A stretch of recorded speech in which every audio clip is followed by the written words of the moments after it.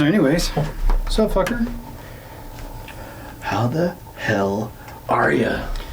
Oh, you know, just thinking about leaving my body and shit.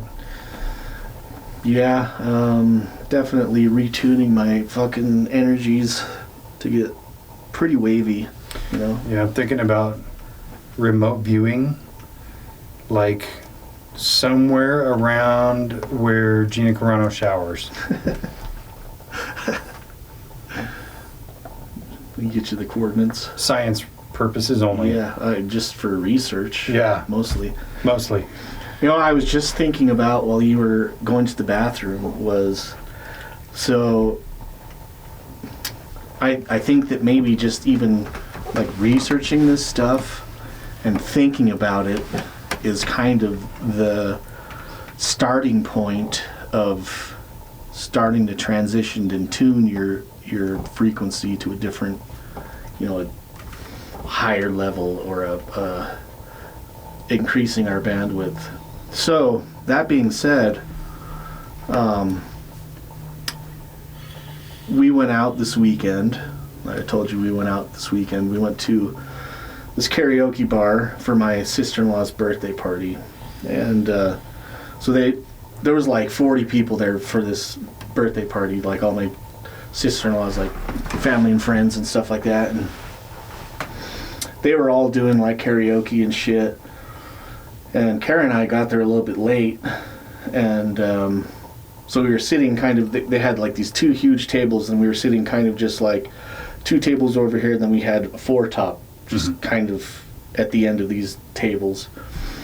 But it was just me and Kara that were sitting there, and we were like ordering food and like having a few drinks, and then all of a sudden this lady just came over and sat with us.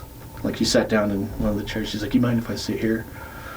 I'm a kind of a hermit. I don't really leave my house, and I just feel like this is a safe space that I can sit down and we're like, oh yeah, sure, you're fine. Started having a conversation, and she was very like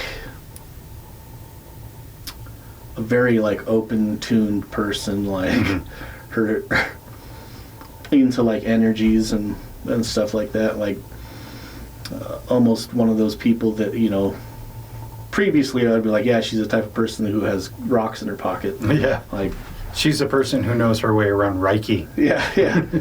Super nice lady, super, you know. And so she's sitting there talking to her for a minute, and then like our food came, and I was like, you want some chicken wings? And she's like, sure, I'll have a chicken wing. You know, talking to her, and then all of a sudden this guy comes over. He sits down, and we start talking with him. And like he was like, yeah, I'm just waiting for, you know, for them to return and pick me back up and take me back up into the sky. And I was just like, this is so random, dude. Like, maybe our energies have just expanded to attract these other energies that, like, I don't know, I just thought it was it was so random that it didn't feel random.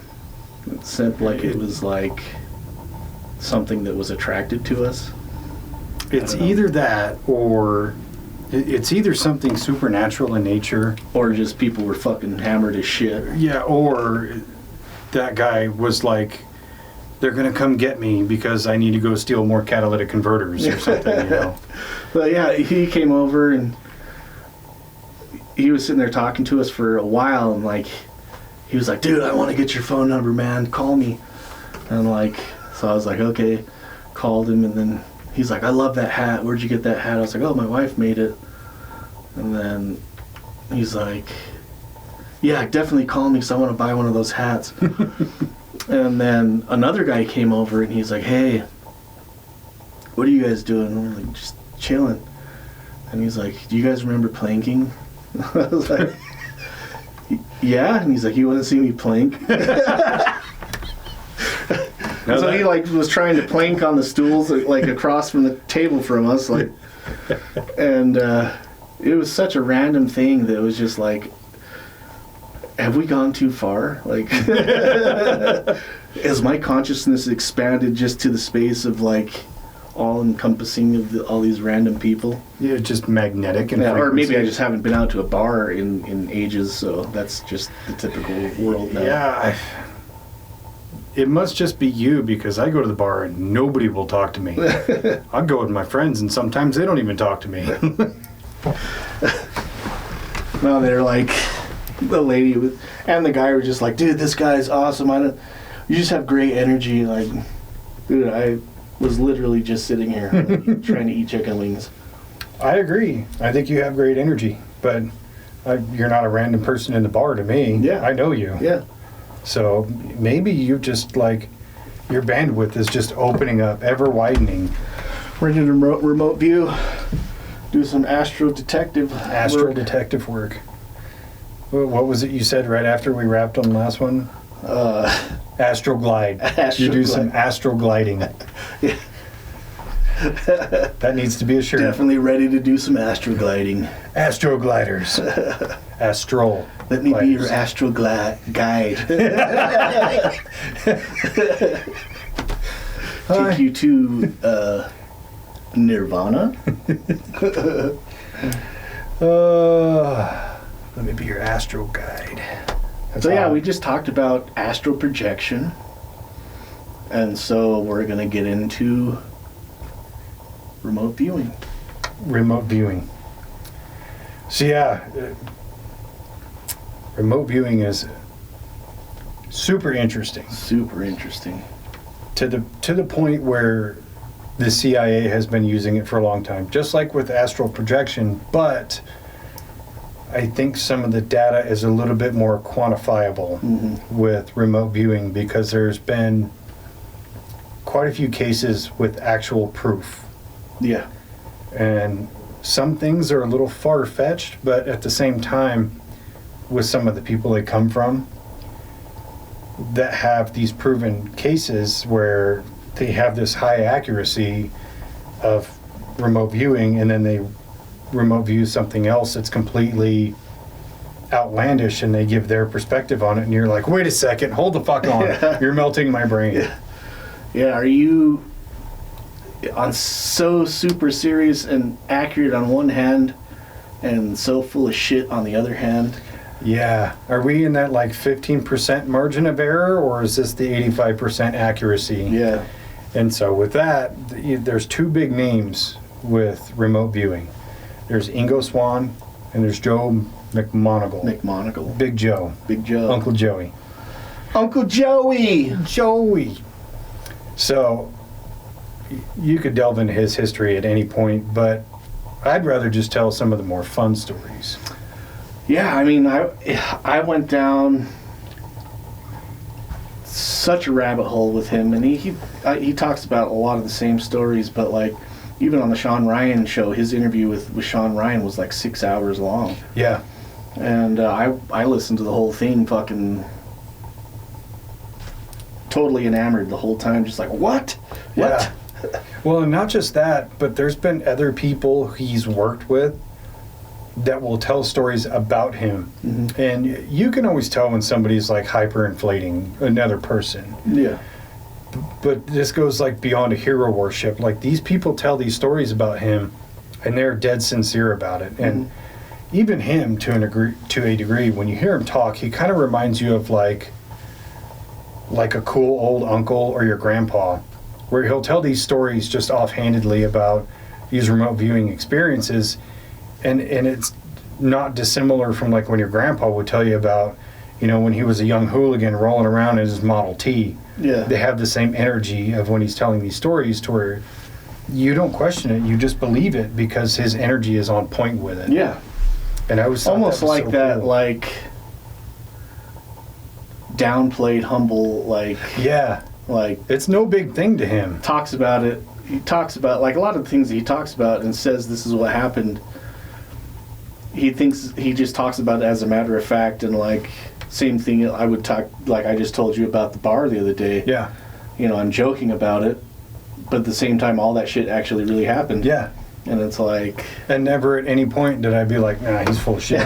Like, I no way, 100% that guy believe didn't that. try to plank. No, Yeah, he did. I believe it. The bouncers came and kicked him out right after. That's it, buddy. 86. Yeah. Go plank outside. Yeah, I go plank on the sidewalk where you puke. He's just like, I made it to 35 seconds. But yeah, no, when he tells these stories, it really is like a reminiscing thing for him. Yeah. It is very point blank, and he tells it very playfully, instead of like a Stephen Greer kind of way of like, I'm going to tell you this story and you have to believe me. Yeah. Where it feels kind of forced, versus him, it's just like, let's have a beer. Tell me all about it, you know? One of my favorite stories, and somebody else was telling it, was they had called him about a missing kid. This kid's like 5 years old. And so they called him and they're like, we need help finding this kid. You know, he's been missing 2 days or whatever. And he's like, okay, you know, it's late. He's in bed. He's like, I'll call you back in 5 minutes. Calls him back and is like, do you have a state trooper, you know, around such and such area? Well, yeah. It's all right. Tell him to go down this road for approximately, you know, 2 miles or whatever. Stop, get out, take your compass, point it, you know, due north, and walk 1,209 steps. This like distinct number of steps. And so the trooper gets there, calls back in, and is like, it's all uphill. And, you know, traditionally missing kids won't go uphill. And so they call Joe back and they're like, well, you know, he says this, what do you want to do? He's like, do what I fucking told you to do. And so he walks up, you know, these very specific amount of steps, calls out the kid's name, the kid responds right away. Yeah. And so they're like, you know, how did you know that? You know, it's like, yeah, remote viewing, duh. And the kid explained that he had been staying at this cabin that he just found when he was missing. And that when he was a kid, his dad told him always go toward the nearest light, but the nearest light was the moon if he went uphill. But it was just like so offhanded that they just called him, and it's late at night, and he's just like, yeah, give me a minute. I guess I'll do this. All right, cool. And then these very specific instructions, and then they find the kid. Yeah. So crazy. It is very crazy. I hate saying it's crazy, not in the sense that I don't believe it. It's crazy, like, in the fact that it really happened. Like, yeah, it's a stranger than fiction kind of thing. Right. But yeah, now the really crazy story about him, and I'm sure you know this one, was when the government was trying to test him on his ability.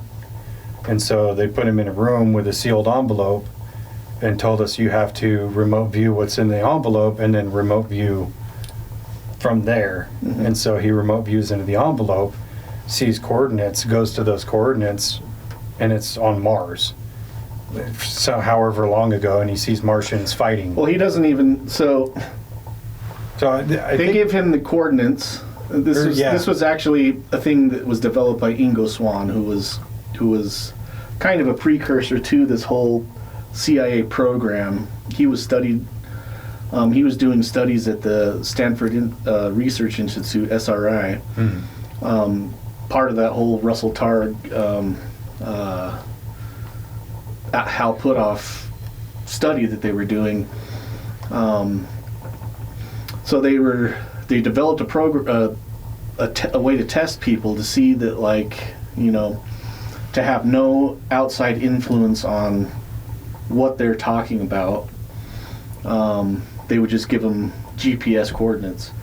And so he was given the GPS coordinates, doesn't have any information of where it's at, and starts talking about he's seeing a pyramid. Mm-hmm. And he's like, yeah, I see a pyramid, but this pyramid is huge. Like, this must be a new discovery or something, because this is probably 3 or 4 times as big as the pyramids in Egypt. Mm-hmm. It's huge. And the strangest thing about it is that there are big rooms inside this pyramid. And he's like, I keep seeing people, but they don't look like people. They're just like shadows of people, so like the people aren't here anymore. He's like, this is really weird. And they're like, okay, go back to a time that people are there. And so he goes back a little further and then sees like people who are, he describes them as like trying to almost hibernate, because there's something happening and they need to hibernate for a certain amount of time because something's happening. And he's trying to get information from these people. He's seeing all these structures, and he says the people are like 10 to 12 feet tall, super skinny. He's like, this is really weird. Like, I don't know what's going on here. So he finally like gets done with his remote viewing session, comes out and says, well, what was I even looking at? So they open up the envelope, and the envelope has the coordinates, and then it says Mars 1 million BC.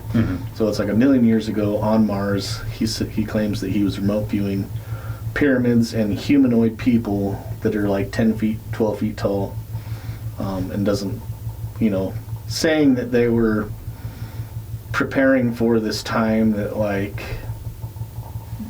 they were trying to hibernate through putting themselves to sleep or something like that, but he felt like they were all dead and they were all gone. Very wild story. Wild story, but again, that plays into where even Joe himself has said his accuracy is around 85%. So are we talking about that margin of error, that 15%, or are we talking about that 85%? But again, the way he tells these stories is very easy to believe him. Yeah. I mean, I've not heard a single thing that he said that I went, nah, it's bullshit. So yeah, he even he said that when he read where it was, and he read what he was actually remote viewing, he was like, fuck. He was pissed off because he couldn't actually verify if it was true or not. Yeah. And so he kept that in his mind, and then he went to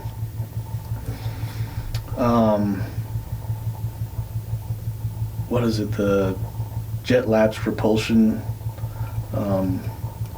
place, where they have, it's like government funded space programs where they have like taken pictures of all these like they're mapping out Mars with a series of pictures taken by satellites. And so he went there and was like, okay, so the taxpayers fund all this research, right? And they're like, yeah. And so he's like, so all these images actually belong to the public and we can access them, right? And the guy says, yeah, I can get you whatever you want to look at. And he's like, okay, I want these specific coordinates. And the guy looks at the GPS coordinates and says, oh, you're talking about the old city on Mars. Knew exactly what he was talking about just by looking at the coordinates. And so he was like, what are you talking about? And so he pulls out the pictures, and it's a series of pictures of what look like old ruins of man-made or humanoid-made structures on Mars. And there's like roads, and the famous face on Mars is, not too far away from these pyramid structures and square buildings that, a lot of people are looking at now and saying that they believe that this is actually an old city that used to be there. Think about that picture that came out recently from NASA of what looks like the base of a structure. It's kind of rectangular. Yeah. And the angles on it are very sharp, not basically what we would build, if we were going to build a structure. So I think there's more validity there than we can just brush off. I mean, we're only just now seeing, with the technology we have, more of that stuff on Mars. Like you said, the face, where it's slowly being covered and what have you. But it's only been recently that we've been able to see those things. But he's talking about these things in the 80s. Yeah. Way before the tech was there. Yeah. Or, not to jump around too much, even Ingo Swann, where he tells the story of, well, first when he was recruited, they did the kind of a black bag deal with like, come with us, but we're going to put a bag on your head and whatever, take him to this facility and then tell him, here's these different briefcases, one of them has a light in it, tell me which one it is. And he's like, well, I can't. And they just think he's full of shit, and they're like, okay, well, we'll get rid of you. He's like, I can't because the light in your suitcase is burned out, the light bulb. He's like, no, it's not. Opens it up, sure enough, it's burned out. So that was like the beginning of his career with the government. But later on, he does this remote viewing exercise where they want him to view the dark side of the moon. And so he does it, goes around to the dark side, but he's describing all of these structures. There's like domes and buildings and connecting tubes and all this stuff, and he like gets really close into one of these buildings, and he can see through the windows, and he can see these aliens inside, almost like they're at the chow hall, just fucking, you know, just eating and chilling out. But they turn around and notice him, and that's when he gets scared, and he's like, oh my god, they can see me, and kind of clicks back into his own body. But we've been hearing stories about there's bases on the dark side of the moon for fucking ever. Yeah. I don't know if they're perpetuated because of that or if they came before. But it's super interesting to me that these guys with this really fucking cool power are able to visit these planets that even at the time we didn't have the ability to visit. Yeah. You know, because I think Egos 1 was in the 60s, in the early 60s, right? Somewhere around there. So yeah, they started doing research with Ingo Swann. It was pre-Stargate project, so it had to be probably late 60s, early 70s. So yeah, you're talking during the time of the space race, potentially right before the moon landing. Yeah. Or around the same time. Mm-hmm. But even then, the tech wasn't there to visit the backside of the moon. Well, he even talked about rings of Jupiter. Yeah. Jupiter having rings. And he said that before we even had seen them and verified that they were there. He was talking about he remote viewed them and saw these rings around Jupiter. Which is fucking crazy. Yeah. Which, I mean, seems like that's validation 100%. Like, yeah. Is it just a lucky guess? That's a fucking super lucky guess. Well, and what would even propel you to guess something like that? Yeah. You know? Like, that would be like me saying, oh, this one planet in the Andromeda galaxy has drinkable water. Yeah. And being specific about that planet. Like, that's a 1 in a billion that I would get that even close to right. Yeah. But he was just like, oh yeah, I've been there. Yeah. So yeah, they started with kind of Ingo Swann, and then they got another guy that both Ingo Swann and Joe talk about being the most powerful psychic that they ever knew. A guy named Pat Price, who was doing all this crazy shit.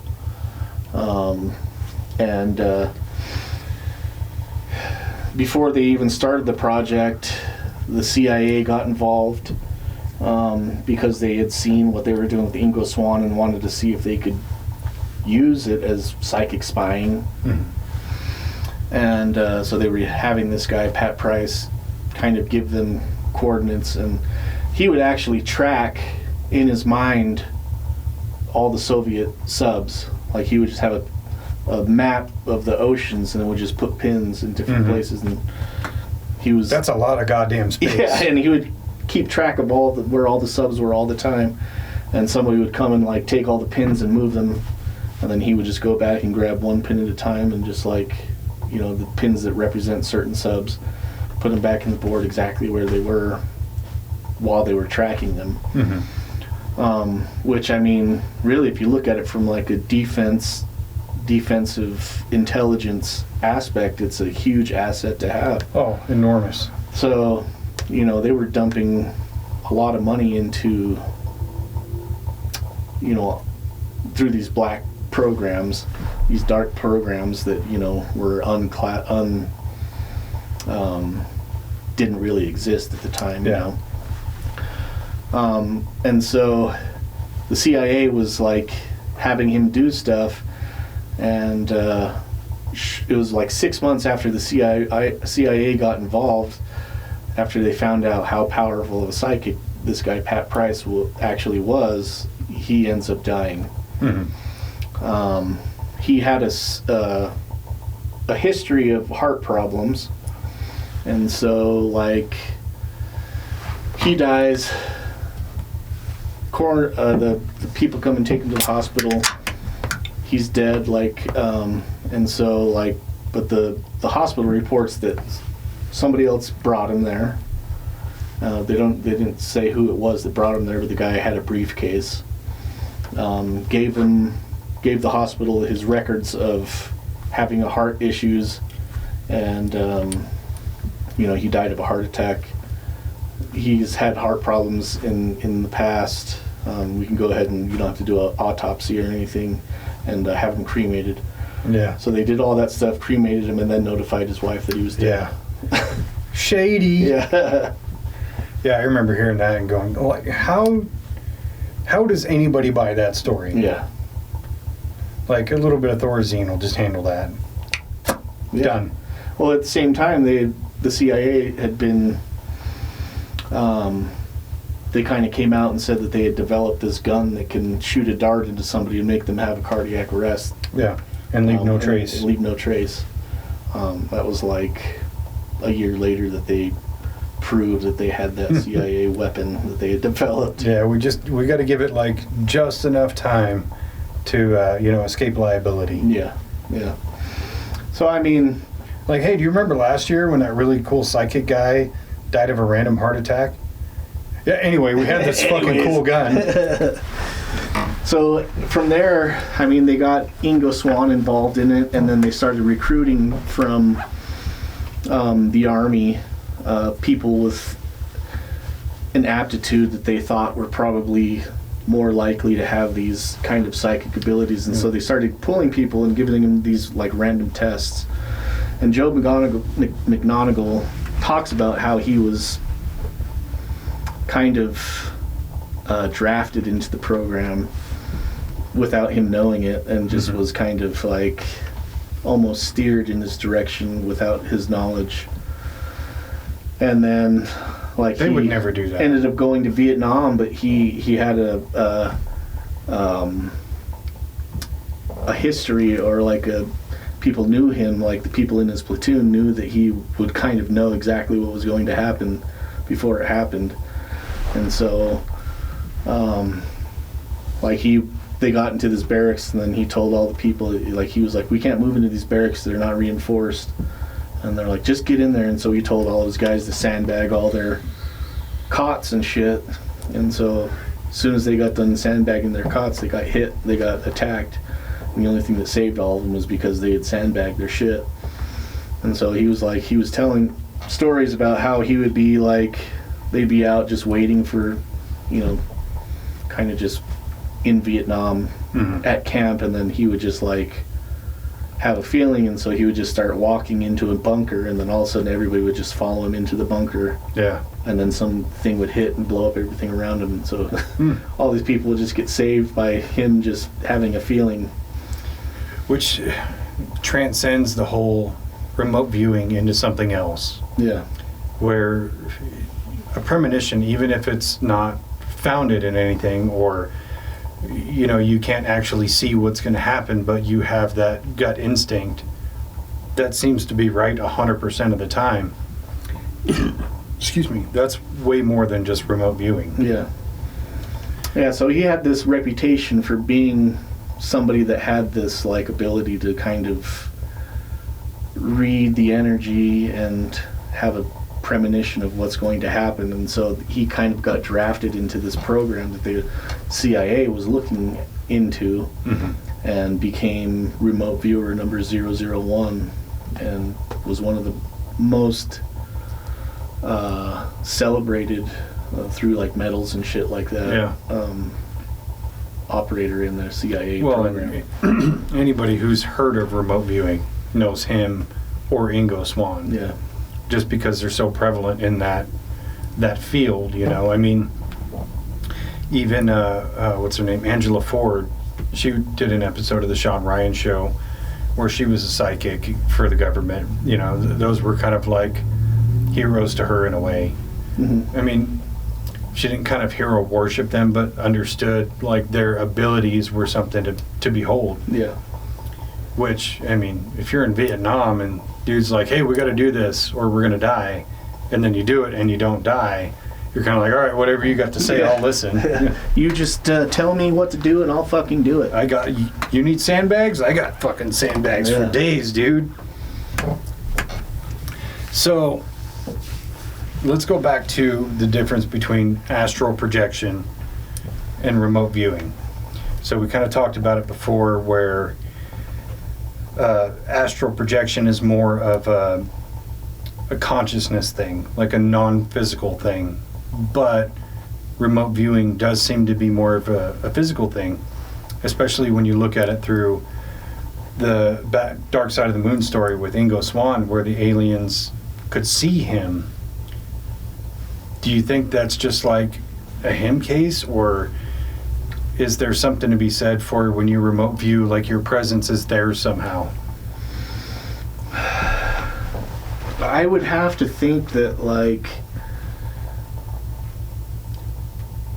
it's an energy thing, and if there are aliens there, and these so-called aliens are a more advanced race, and use these techniques to use telepathy and these other things that we as humans in this point in time like think are nonsense, but they're advanced beyond that and are able to use telekinetic energies and telekinesis and telepathy to communicate. And this guy is astral projecting or remote viewing this place, but his energy is going to this place. Maybe they're able to pick up on that and noticing that, like... Yeah, I mean... Just like we talked about, like a spirit is there or whatever.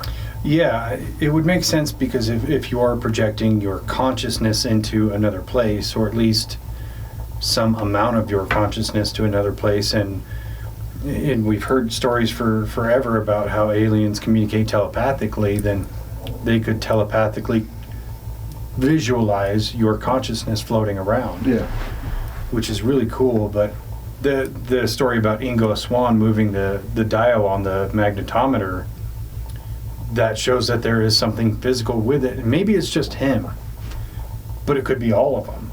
And that's where I have a really sharp distinction between projection and remote viewing, where I kind of feel like, you know, we talked about visualization from our eyes, where you're essentially putting a version of your eyes in a conscious version somewhere else to see something. So that's how you're able to pick these things up. It's not just an energetic thing. Like, you have to be able to visually produce a result in some way. Yeah, in my mind, I think the astral projection is like your consciousness kind of leaving your physical space to go and kind of explore whatever you're looking for or whatever. And the remote viewing is tuning your consciousness to be able to experience whatever that thing is. So, like, if you look at like a lot of the remote viewing things, it'll be a lot of feelings, and like they'll write down a bunch of words, maybe do a sketch of what they're feeling that they're seeing, and then you have to translate that into, you know, most of the time the people that are seeing this, especially the ones that aren't super trained or super adept to this remote viewing, it'll seem super random until you see a picture of what they're actually, you know, what the target is. Yeah. Then it kind of all fills back in and makes sense. Like, so are they connecting to the energy of that area? And so it's like, okay, I'm feeling the energy of like a crisscross pattern of like, it's a bunch of squares, and there's a structure that's, you know, spanning a gap, you know, and then they see the target is like a chain link fence bridge that goes over the top of a valley. You know, it's like, to them it doesn't make any sense. They're just sensing, you know, they can't say exactly it's a bridge that goes over. Yeah. I kind of think of it in like the layman's terms for my mind to be able to interpret it is astral projection is like flying a drone, but by visual sight. Like, I can see the drone, but the drone has a GoPro on it. But it's not until the drone comes back that I can view the footage. Versus remote viewing is like, You remember in the 90s when you had a remote control car? It wasn't actually remote control. You had a big cable where you're sending the car out, but you're still connected to it to drive it. That's kind of the way I differentiate the two, because the people who astral project, their body is completely unconscious. So when they come back, that's when they're able to tell, like, oh, I did this, I saw this. Versus a remote viewer can remote view and still be in their body at the same time. Right. They're still tethered somehow or another, that they're able to pass this information back and relay it somehow.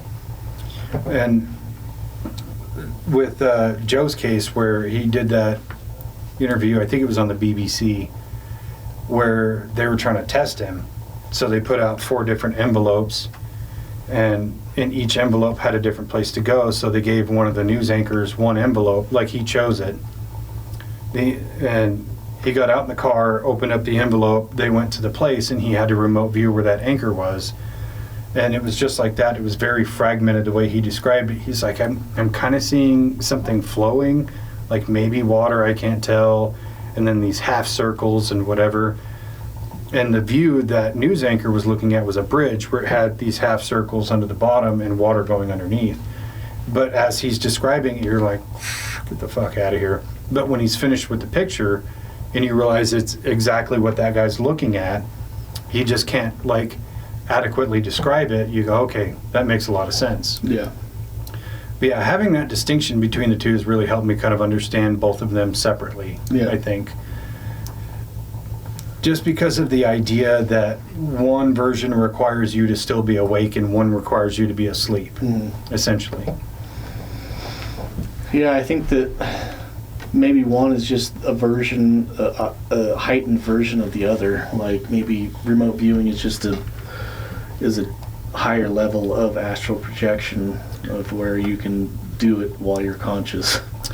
Yeah, but I also think with remote viewing, you're more bound to physical space versus astral projection. When people talk about going to see a different world or a different reality or slipping between realities, that sort of thing, where it's more energetically powered versus seeing an actual physical space or a physical object.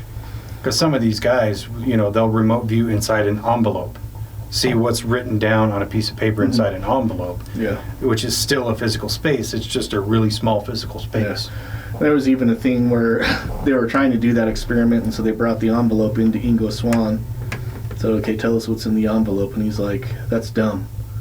I want to know what's in the envelope. I'll just open the envelope. Yeah. Why don't you do a real experiment? Have somebody that I don't know, that I can't tell you who you're going to go tell, send them somewhere, and I'll tell you what they're thinking or what they're saying. And so that's what they did, and he was able to draw a picture of exactly what they were looking at. Yeah. And I understand, like, the scientific theory behind trying to do double blinds on it, but some of these guys can't function within the double blind setting where they have no knowledge. They just have to figure it out, where some of them, like, they have to have a picture of the person to see who they're looking for, to be able to see their surroundings. Almost like once they know who they're looking for, they can home in on wherever they're at. Yeah. So that's where it's kind of hard to prove it scientifically. Yeah, I mean, I think that's why they do the double blind, is so, like, if you are saying, if they're telling me, hey, Dave is going to go be at this one spot, instead of me just trying to find where you're at, I could try to psychically connect to where you are, like hone in on your energy and then find where you're at, as opposed to somebody they don't know and it's just a random person at a random place. Everything has to be random for it to be more accurate, I think. I do get that, but at the same time, you can still manipulate that. Yeah. Where somebody's got to know. Yeah. Where, like, let's say you were able to remote view, and I'm in the room with you, and they say, okay, I'm gonna take Dave, and we're gonna go somewhere, you know, and I surrender my phone and everything else. Like, I put a blindfold on, I can't see where I'm going. We get to whatever place is, and then they tell you to energetically link up with me and see where I'm at. Keep in mind, I still don't know where we're at, and I have no way to contact you or tell you or give you any hints, but you can still figure it out. It's not double blind, but it's still accurate. Yeah. I mean, if you can actually do that.. Yeah. Which, I mean, like, I think that's why they do the double blind, is so, like, if you are saying, hey, Dave is going to go be at this one spot, instead of me just trying to find where you're at, I could try to psychically connect to where you are, as opposed to somebody they don't know and it's just a random person at a random place. Everything has to be random for it to be more accurate. Yeah. the program ran from 75 until 95 officially, and that's where they like kind of said that the program wasn't producing any knowledge, like any valid or like usable information that they could, you know, that was worth anything. Sure. And but at the same time, they gave Joe McGonigal the Legion of Merit badge, which is like the highest badge that you can get from like a non-combatant. combatant, like a civilian, essentially. yeah. Which is like, okay, if he didn't give any information. So he was tasked with looking at the Soviets, what they were doing. And this is the time of the Cold War. And so they you know, saw this building that the Soviets had built. And so they're like, okay, we want to know what's going on in this building. So he's remote viewing it, and basically said they're making a submarine that's like bigger than any submarine. He's like probably twice as big as a normal submarine, and it's shaped weird. Instead of like a tube like this, it's like two circles that are like this, and it's a really super powerful submarine. That's what it is. And so he gave his report and sent it to the generals or whatever, and the general or whoever was in charge said, yeah, that's nonsense. First of all, this building is too far away from the ocean for it to be a submarine. If they built it there, they'd have no way to transport it to the ocean because it'd be too big. And so he sent the report back and said, this is all fantasy. He wrote on the report, sent it back to him. And so Joe's basically wrote back on the report, this fantasy launches in 115 days. Yeah. Sent it back to him. And so finally, like, they had a spy plane go over and take pictures like 112 days later, or 116 days, like 2 days after he said it would launch, and saw that the Soviets had cut a trench all the way to that building. And so there was water now that came from the ocean all the way to that building, and docked out in the harbor was the biggest nuclear submarine that had ever been built. That's what the sub that they based the Red October on. Yeah, which Sean Connery was totally the captain of. Yeah. And you 100% buy that he's Russian. By his Scottish accent, yeah. Absolutely. Just like when he was in Highlander. Juan Sanchez Villalobos Ramirez. Totally bought that he was a Spaniard, 100%. And I absolutely bought that the French guy was Scottish. The accents are all the same. Yeah. It's kind of like Peter Stormare, the actor. He's Swedish, but he always plays a Russian guy. Yeah. He's like, movie producers don't know the difference. If you have an accent, you're Russian. Which is kind of off topic, but I was watching something, and for some reason this video came up of this lady that, like, she got into an accident and then, like, went into a coma, and when she woke up from her coma, she spoke with a super Asian accent. Oh, yeah. I've seen that. So she sounded like she's this British lady, and then, like, wakes up from this coma and she's speaking like she's from Hong Kong or something. It's kind of bizarre. What you want? She said, I sound like I'm from Hong Kong. That is a crazy thing when people wake up from comas and they have these weird gifts. Yeah. Like suddenly they can immaculately play piano, or they have profound knowledge of the stock market or things like that. Kind of makes me wish I'd go into a coma and wake up with some really cool ability. Yeah. No, I'm not ready. Like, let's finish the episode. Wake up, I just have brain damage. You okay? Let me cut here. I gotta take a look. Okay. I remote viewed you the whole time. Nice. I was hoping you were. That's an impressive wiener you got. I was doing that dance. I saw the helicopter too. I'm gonna have to wipe that off the wall, by the way. But helicopter is more of a fucking drone. Like, but even like we're talking about people having these concussions and near-death experiences and are able to do these things. Even Joe McGonigal had a few different NDEs. There was one when he was in Vietnam where he was in a helicopter. A helicopter got blown out of the sky, and he fell from the helicopter and landed on the ground and passed out for a while, had a near-death experience. Then another time he was in Germany or something, and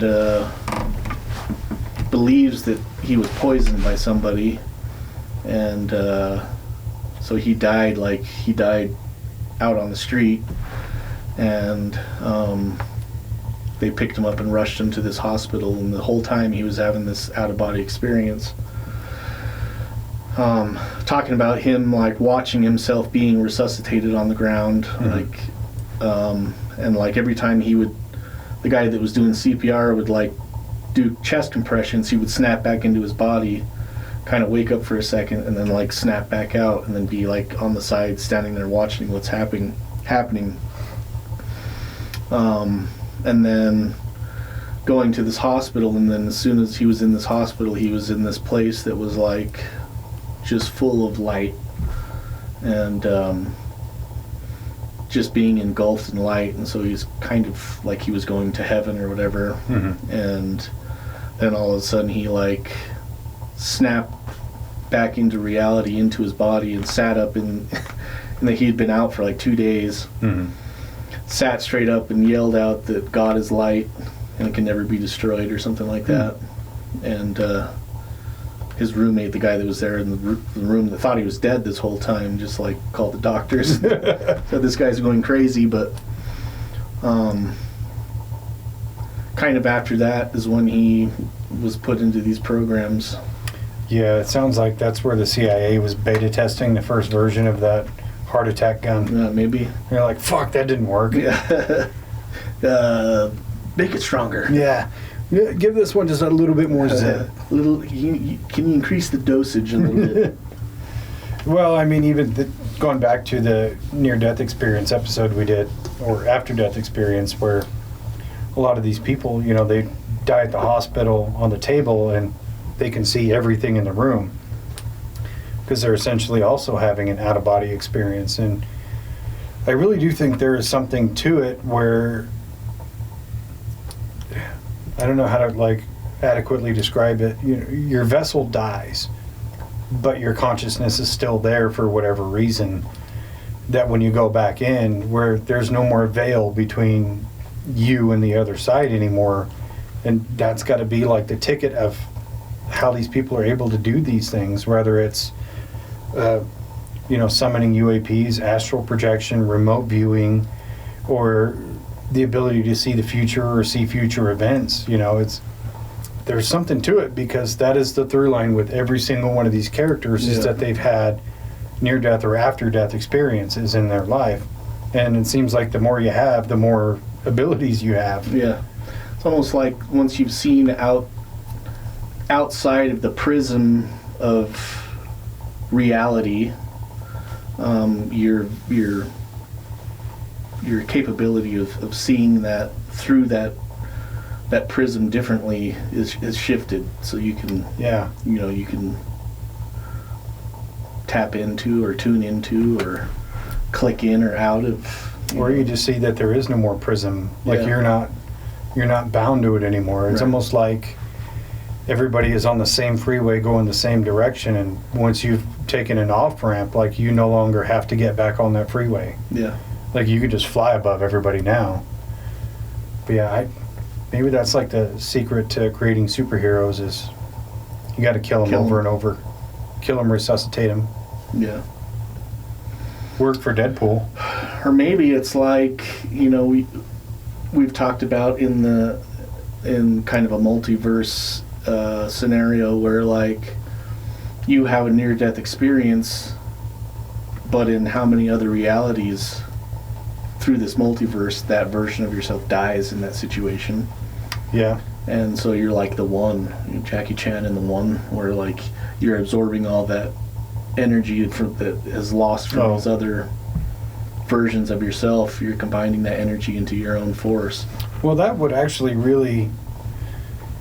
explain remote viewing a lot more, considering like what I was saying with kind of being tethered, where you could look at it as another version of yourself from another universe has passed away, but their consciousness is still floating out in the ether, where it's not actually you that's remote viewing, it's your alternate version of yourself, but you can energetically link with them. Tapping into that. Solved it. Solved it, dude. This God, shit's easy, fucking- dude. Being a scientist is fucking so easy. So easy. We just sit here and drink beer and theorize and just stumble across the right answer. I kind of think that's how science is, really. Come up with a hypothesis, now we just have to find a way to test it. I don't know how we would do it. Yeah. I think let's just assume that we're right. What's that movie? Is it Sleepers? Where they like kill each other for like a certain amount of time and then bring each other back? Flatliners. Flatliners, yeah. Yeah. Very cool concept. Yeah. That was actually a really cool movie. Execution wasn't great, but I liked the idea that after they would have the after-death experience, they would start seeing things and have these like paranormal experiences. And then they just decided to stop doing that, and then suddenly they're okay. Yeah. Like, there's no off switch for that, I don't think. Yeah, maybe you just died now and you're a ghost actually now. Maybe that's what the movie was about. Could have been. I can't remember. I remember the remake. Was there a remake? Yeah. Really? Yeah, with, what's her name, who played Juno? Oh. I mean, what's his name? What's his name? Elliot. Elliot Page. Page. Back then it was Ellen Page. Mm-hmm. But yeah, remake was fun. I can't remember the original to compare I it. didn't know that they remade it. I'll have to check that out. I'll check it out. Yeah, I mean, it's worth a watch. Nothing to write home about, but the concept is still there. Mm-hmm. But yeah, it does make you wonder if kind of how that process does work. More so than just,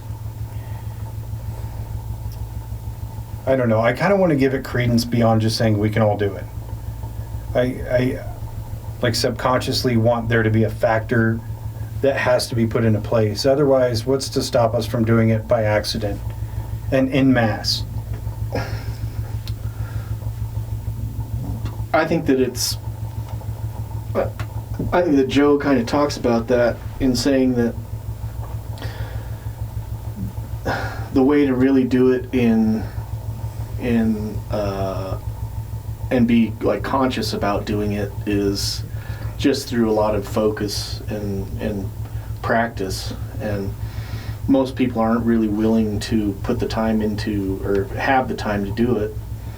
Even he says that it's something like you don't just get good at it and then you can like stop doing it for a while and then go back to doing it at a higher level. So it's like something that you have to do continuously every day, or else it's like 5 steps forward, 4 steps back. Like you take a few days off and all of a sudden you're back to square two, you know, almost starting all the way over to build up that focus on.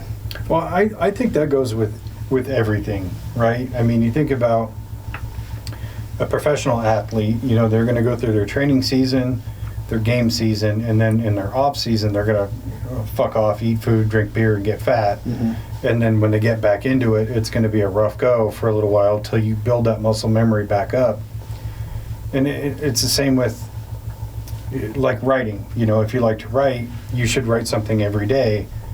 Because if you're playing basketball, wouldn't you practice every day? Why wouldn't you do the same with writing? Yeah. And therefore the same thing with, you know, these crazy abilities. Why wouldn't you put effort into it every day if you know you can do it? Mm-hmm. And if you want to get good at it, you definitely have to put effort into it every day. Yeah. But the world we live in is so full of distractions, you know. Because it's easy to just sit and doom scroll on your phone versus go, you know what, I'm going to try astral projection. And I'm going to work at it every day till I get it. Yeah. Especially something that seems very far-fetched. You're like, I'm not going to put energy into that. I mean, I would, but most people wouldn't. Yeah. But again, I do want to give it some kind of validity that there has to be some other extenuating factor that gives them more ability to it, rather than, you know, you may do it by accident while you're sleeping one night, you know, one night in 10 years you'll do it, versus, you know, people like him who can just do it on command, but he's had all these near-death experiences or after death. Or the same with any one of those people that, you know, have gone through some big life-changing traumatic event that suddenly have this crazy ability that they have extreme power over. Yeah. I'd kind of like to know if, and I don't recall, I know that there was something that Joe was talking about with like kind of being, I want to say he was talking about being attacked in his room by some dark entity at some point when he lived in Vietnam. See, that's happened to you. Maybe I was wrong, and your ability is remote viewing. I'm more than simply a fortune teller. Working on hovering these days. Now you can remote view. I've almost got my legs off the floor, so.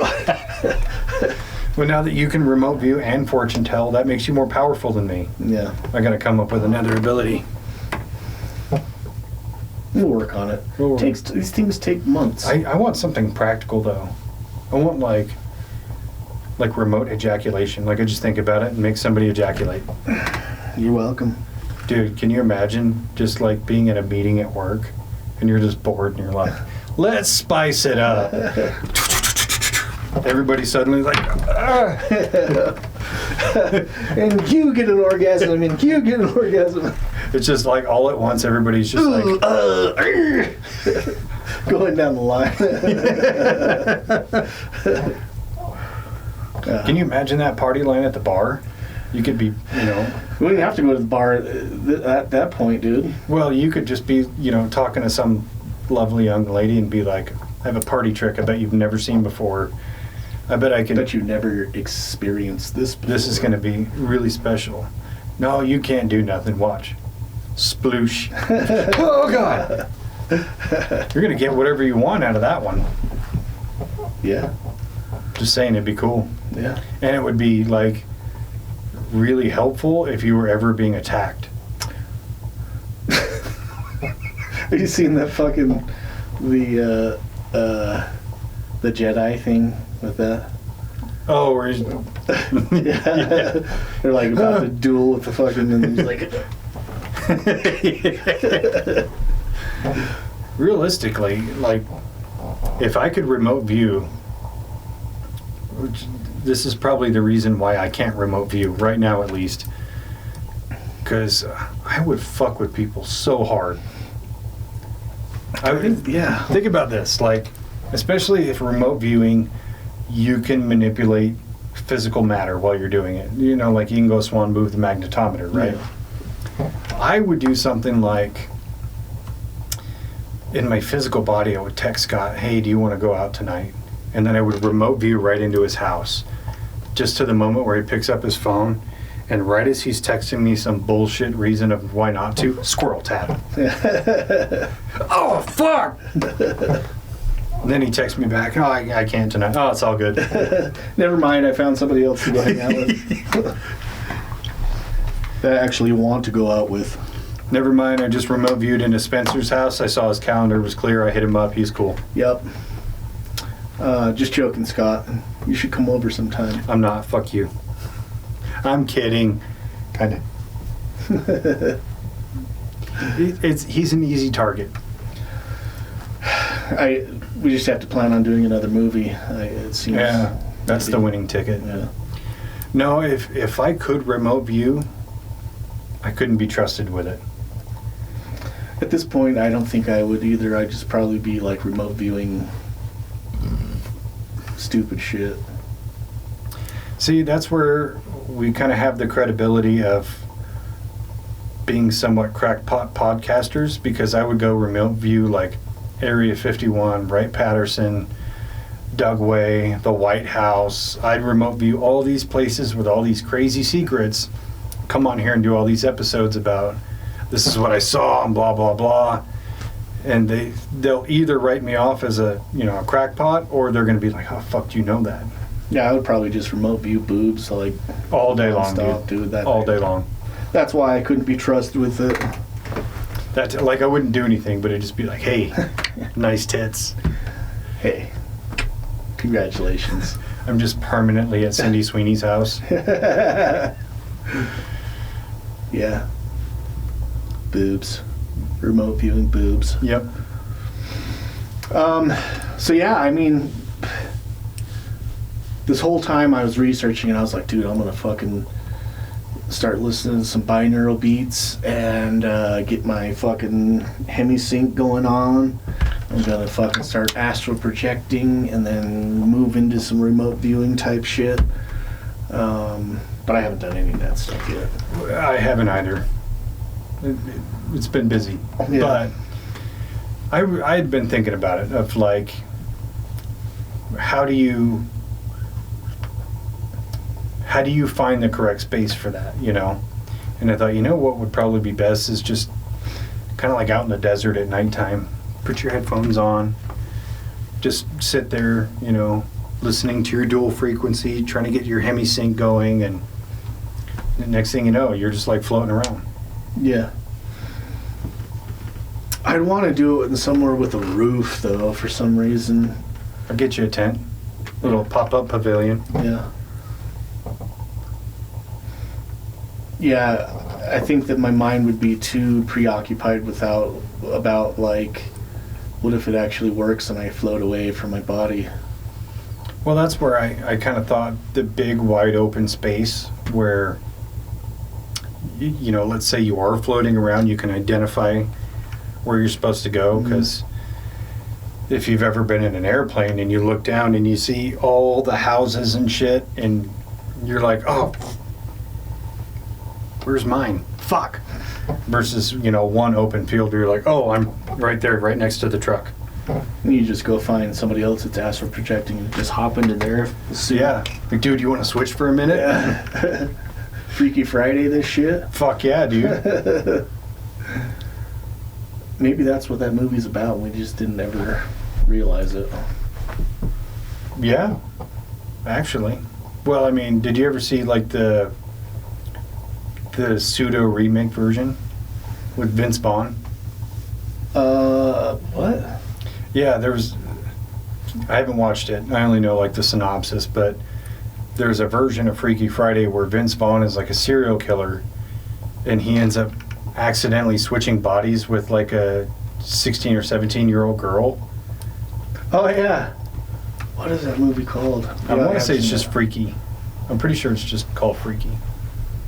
But yeah, you could totally do that. Yeah. How crazy would it be? Like, you just end up in somebody else's body and they end up in yours, and now you got to live each other's life, like the change up. Yeah. Weird. Yeah, I'd switch bodies with Jamie Lee Curtis. 1992-ish. Just for like 10 minutes. Just enough time to explore. Is this a script for True Lies? Signing on. I'm in. You don't need to see boobs, so what? No, what she did was actually better than boobs. Yeah. I'll give her credit on that one. I think it would have cheapened it if she was naked. You're right. I thought about that. Plus, I would have had to close my eyes. I wouldn't be able to see them anyways. So. Yeah. I'd have had to remote view them. So how much validity do you give to remote viewing on a scale of 1 to 10? Personally, I would give it, most of those like high capacity psychics that were in the program, I would say probably 95% believable of, all the things that they talked about. And even like, so when they decommissioned the whole project, they said that, out of 700 projects that they were actually like admitted that they worked on, 350 of those projects, they gave really super valid information that was really a lot of help. Mm-hmm. So even that was like 60% Yeah. of the work that they did turned out fruitful and was a lot of information.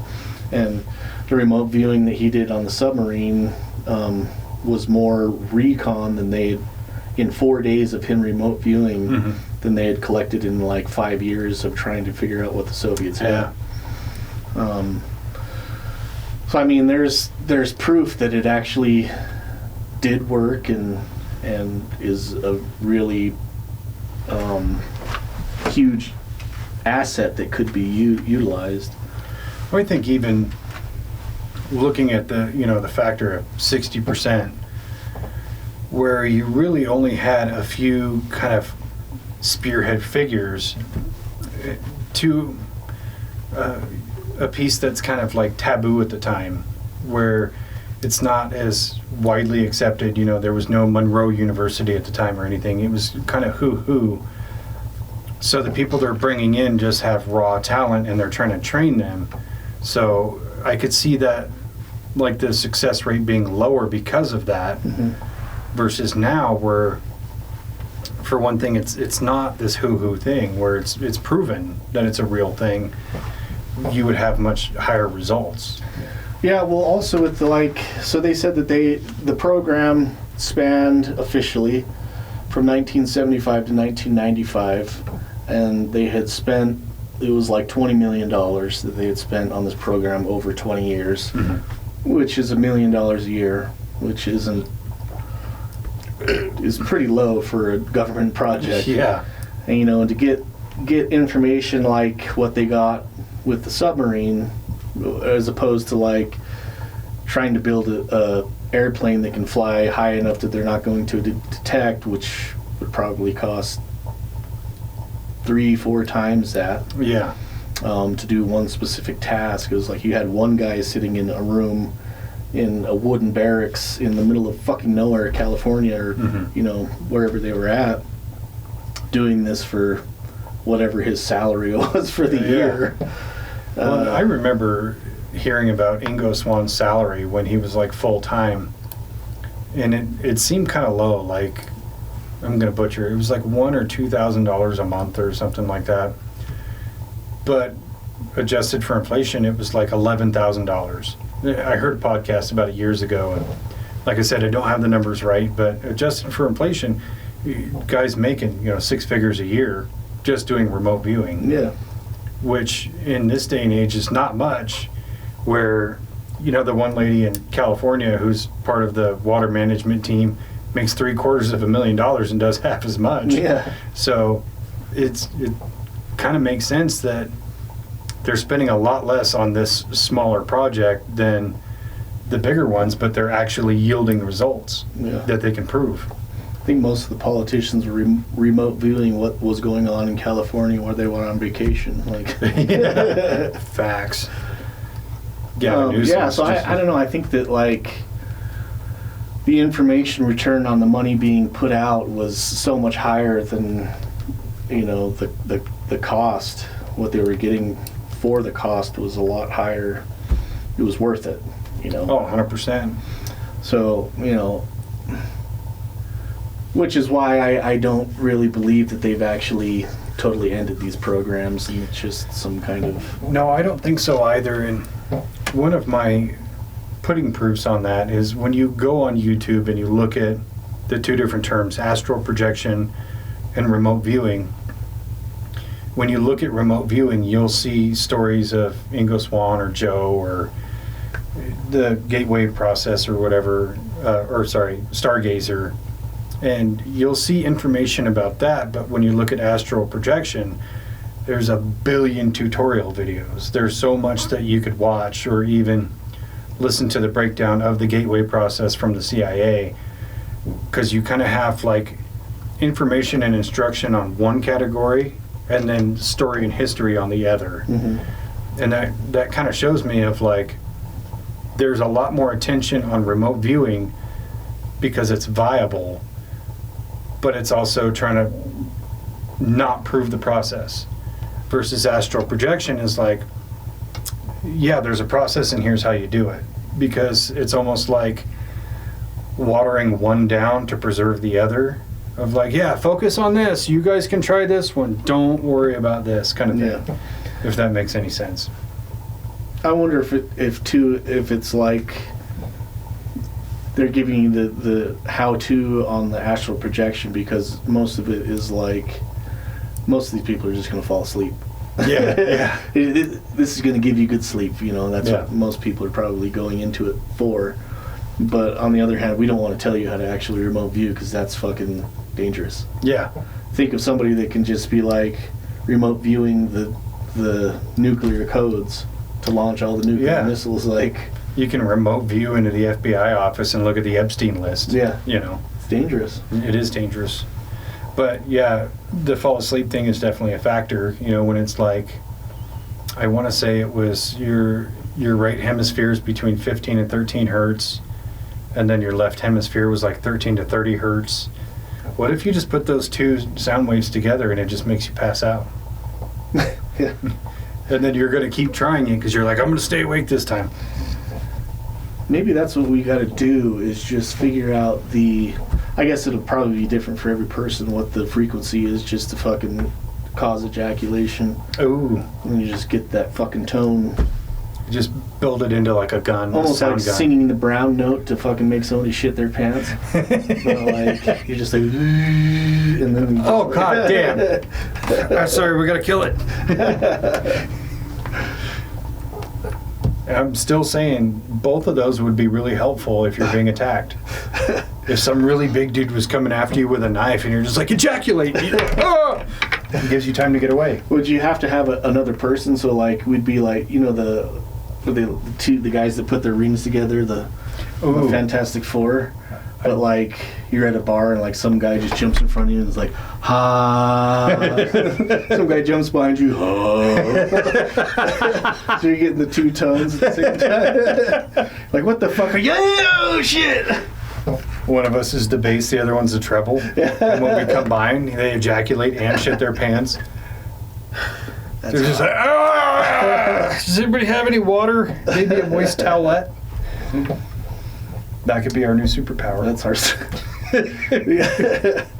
We go through our whole fucking series of trying to do the astral projection and remote viewing, and then have a new series about our superpowers of fucking brown noting people in the bar. Dude. Then we get so powerful we can do it through YouTube. Yeah. To where like the 5 people who are actually going to watch this are like, there's no. Jesus Christ. They really We are. strongly advise you to watch these videos on the shitter. On the shit. Make sure you're tucked down in there. It's going to be messy. Bathtub is also okay. Shower is a possibility if you want to give a good waffle stomp. Yeah, just maybe have some soup right before. Definitely with no pants on. No pants required. That's literally in the warning label. Yeah. Warning. View at your own discretion. No pants advised. All right. Well, we got a lot of work ahead of us. We do.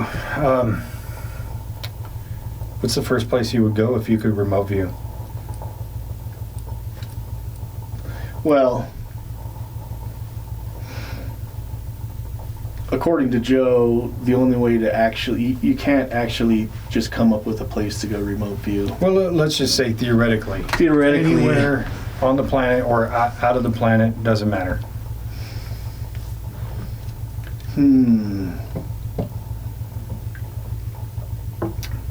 I don't know about the first place, but I would like to see the Vatican archives. Ooh, good choice. I would say Area 51, but I don't think they have shit going on there anymore. I literally was just thinking Dugway because I was like, anything that was in Area 51, that's been moved. Yeah. That place has been too high profile for too long for them to actually keep anything there. Dugway, I think the Dugway is also getting to that point of like, there's a lot of speculation about it going around, and so, you know, I think they have all that shit kind of spread out. Maybe Wright-Patterson would be a good place to still look, but like, I think that there are so many places that are so top secret that, you know, they just keep these stupid places open like Area 51 and Dugway just as a ploy for people to focus direct their focus on. Yeah. I would say Dugway is still very active. Area 51 not so much, again, because it's so high profile. High profile enough that you had the Storm Area 51 thing, that it kind of became somewhat of a scare of like, holy shit, this could really happen. But Dugway is a little bit more closed off, a little bit harder to get to. So I could see them still being active there. Yeah. Plus it's like the kind of mountain faces in that region they could easily burrow into and have ultimate protection. But Dulce, maybe Antarctica for sure. The Denver airport. Maybe just beneath the Denver airport. Yeah. Or maybe beneath the pyramids, which they have talked about. The remote viewers had seen, they came out with reports of the remote viewers seeing like big cylindrical structures under the pyramids. Yeah, they think that the pyramid is actually just the top of an obelisk. Yeah. And have you seen recently? They just did like some new type of scan, and there's all these structures that go down like 2 kilometers underneath the pyramid. So maybe they are just the tip of an obelisk. And they said there's almost like just a huge, like a screw thing that goes down into the bedrock. About 2 kilometers down. Yeah, explain that one, archaeologist. Yeah. How the hell? That just came out like last week. I haven't seen anything about it. Yeah. Now I got a rabbit hole. Maybe we're gonna have to do the pyramids soon. Maybe. I mean, we got our next 2 lined up, but pyramids does need to happen. Yeah. There's so much there to talk about. But yeah, I would definitely remote view the pyramids. Yeah. If I could, I would remote view the pyramids in the past. Ooh, even better. Yeah. Back when you see just like a 5-mile hole in the ground where they're building up. Yeah, or maybe they started from the ground and then all the sand is just built up to the top of the fucking obelisk. Hey, if I was going to build any huge place, that's where I would do it, where there's a lot of sandstorms. Yeah. Because it'll bury it overnight. Well, maybe that's how they were able to keep on building so high, is because the sand would raise up and then you build another level and the sand raises up and you build another level. Or maybe it was, maybe they were built like during Pangea times, but they were so structurally sound they survived the movement of the continents, but now they're in a desert region, so they got backfilled with sand. What if the dinosaurs actually built the pyramids?